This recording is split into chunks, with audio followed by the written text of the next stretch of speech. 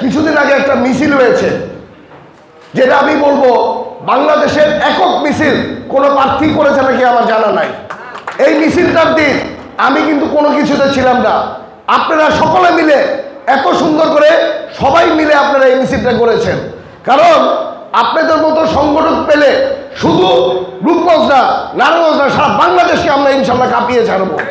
এখানে বলা হচ্ছে যে প্রথমে আমরা ভোট কেন্দ্রে মানে প্রতিটি ঘরে ঘরে যাব ভোটারদের কাছে, কিন্তু আমার কথা হলো যে ভোটারদের কাছে যাওয়ার আগে প্রতিটি গ্রামে গ্রামে কয়জন মহিলা আছে, কয়জন পুরুষ আছে, কোন বয়সী মানুষ আছে, ইভেন কাকে দিয়ে করলে ভালো হবে, এই জিনিসগুলি অ্যানালাইসিস করে আগে একটা টিম ওয়াইজে বের করে তারপর যদি যাওয়া হয় তাহলে আমার মনে হয় সবচেয়ে ভালো হবে।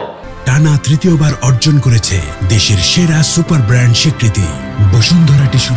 কারণ এলোমেলো মধ্যে না গিয়ে সবাই একটা সুসংগঠিত ওয়েতে আমরা যেভাবে করে রাজনীতিতে এতদিন ধরে রেখেছি, ঠিক ভোটারদের কাছেও যাওয়ার জন্য যাতে আমরা এইভাবে করে যেতে পারি, এই জিনিসটাকে একটু খেয়াল করেন।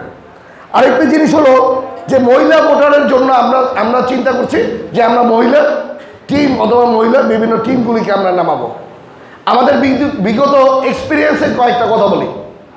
রূপগঞ্জে আমার মা বোনকে নিয়ে বিগত সময় যে রূপগঞ্জকে শোষণ করে গেছে, তারা কিন্তু আমার মা বোনদের কিন্তু ইজ্জতে বিভিন্ন ওয়েতে মানানি ওয়েতে কাজ করে গিয়েছিল।